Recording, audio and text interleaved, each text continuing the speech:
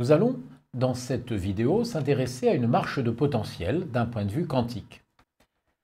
Une jonction PN est un exemple simple de marche de potentiel. Lorsque l'on met un semi-conducteur dopé P au contact d'un semi-conducteur dopé N, il apparaît une zone de déplétion dans laquelle vous avez à gauche un excès d'électrons et à droite un défaut d'électrons, ce qui fait qu'il existe un champ électrique, qui peut se calculer d'ailleurs en électrostatique avec le programme de classe préparatoire, et une différence de potentiel ou une barrière de potentiel entre la gauche et la droite, entre la jonction P et la jonction N.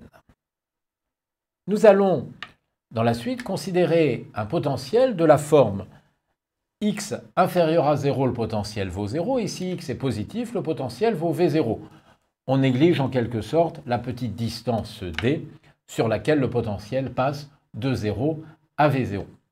Et on considère une particule qui vient de l'infini avec une énergie, par exemple, supérieure à V0. En mécanique classique, pour x inférieur à 0, E égale 1/2 de mv carré. Par conséquent, la vitesse sera égale à la racine de 2e sur m. Pour x positif, il y a conservation de l'énergie. La vitesse sera alors donnée par la racine de 2, facteur de E moins V0, sur petit m. Ainsi, la particule traverse au-dessus de la marge de potentiel en étant ralentie. Quelques exemples de marche de potentiel au-delà de la jonction PN. C'est la modélisation d'un électron de conduction dans un métal près de sa surface. C'est le courant électrique transitant entre deux conducteurs de potentiel différents. C'est également l'exemple d'un neutron qui peut rentrer dans un noyau atomique. Nous allons considérer dans la suite une onde de matière, une particule libre dont la fonction d'onde, psi de x et du temps, peut s'écrire grand A, exponentielle de i kx moins oméga t.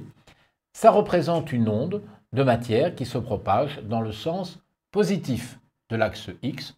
Faites attention effectivement à la convention qui est contraire de celle utilisée en électromagnétisme.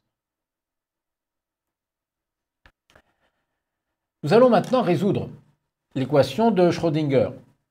Pour x inférieur à 0, le potentiel est nul. L'équation de Schrödinger est tout simplement moins h bar carré sur 2m fois la dérivée seconde de phi égale E fois phi. Nous allons choisir une solution en exponentielle complexe pour bien montrer que l'on a affaire à des ondes de matière. Phi de x égale A1 exponentielle de i k1x plus A'1 exponentielle de moins i k1x avec k1, le vecteur d'onde, égale la racine de 2me sur h bar carré. Le premier terme correspond à l'onde incidente et le second à l'onde réfléchie. Pour x positif, l'énergie potentielle V vaut V0 et l'équation de Schrödinger s'écrit de cette manière-là. La solution va être de la forme A2 exponentielle de i k2x correspondant à une onde se propageant dans le sens positif, plus A'2 exponentielle de moins i k2x correspondant à une onde allant dans le sens négatif. On ne va pas en tenir compte. On va supposer que l'onde au-delà de la barrière continue naturellement vers la droite sans aucun obstacle futur, où l'on a posé K2 égale racine de 2m, facteur de E moins V0 sur h bar carré. C'est donc l'onde transmise. Écrivons les conditions de passage, c'est-à-dire les continuités de la fonction d'onde et de sa dérivée en x égale à 0. On obtient alors tout simplement A1 plus A'1 égale à 2. Et pour la continuité de la dérivée, K1 facteur de A1 moins A'1 égale K2 fois 2.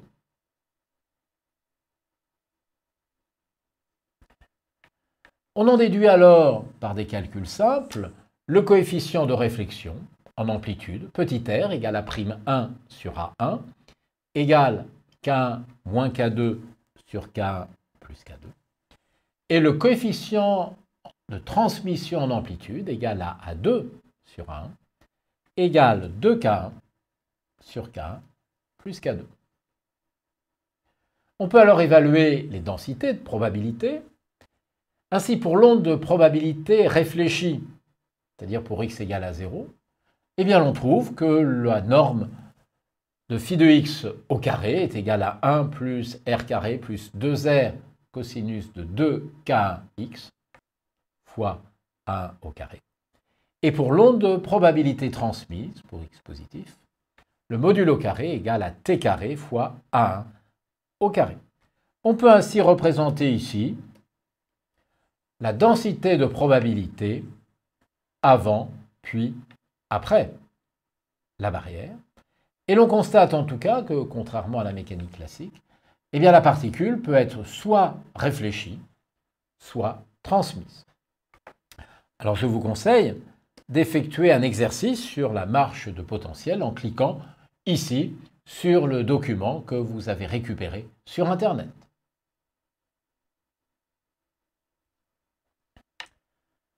Parlons maintenant du courant de probabilité que nous allons définir par analogie entre le cas électrique et le cas quantique. En électricité, nous avons défini un vecteur densité de courant électrique, J égale ρ fois V, où ρ est la charge volumique des porteurs de charge et V c'est la vitesse d'un porteur.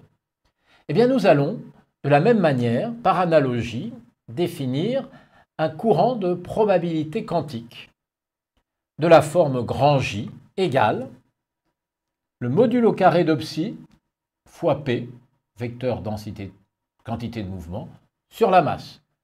En effet, la densité de probabilité, le module de psi au carré, c'est l'équivalent de la charge volumique. Et la vitesse V, eh bien, c'est la vitesse du quanton, P sur M, ou encore H bar K sur M. Ce vecteur J est donc le vecteur densité de courant de probabilité, et nous allons apprendre à le calculer pour ici le courant de probabilité incident, JI, égale par conséquent A1 au carré, le module au carré, fois la vitesse, PI sur M, c'est-à-dire H bar K1 sur M. Pour la densité de courant de probabilité réfléchie, on aura JR fois le vecteur UX, c'est-à-dire moins P réfléchi sur M fois A'1 au carré, c'est-à-dire moins H bar K1 sur M, la quantité de mouvement est la même en norme, fois R A1 au carré. Et de même, pour la densité de courant de probabilité transmis, H bar K2 sur M fois T A1 au carré. On peut alors définir un coefficient de probabilité de réflexion grand R égale module de JR, J réfléchi sur le module de JI, J incident, qui vaut tout simplement petit r carré. Et de même, un coefficient de probabilité de transmission grand T égale au rapport du courant transmis sur le courant incident, c'est-à-dire K2 sur K1 fois T au carré, soit 4K1, K2 sur K1 plus K2 au carré. Un quantum doit évidemment être soit réfléchi, soit transmis. On vérifie très simplement que R plus T égale 1.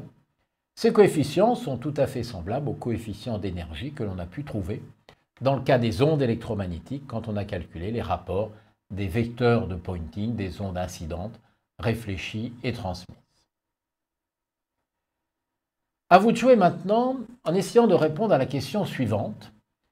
On ne parle plus de marche ou de barrière de potentiel, mais de falaise. Et imaginez un mouton quantique qui court en haut d'une falaise et qui va vers le vide.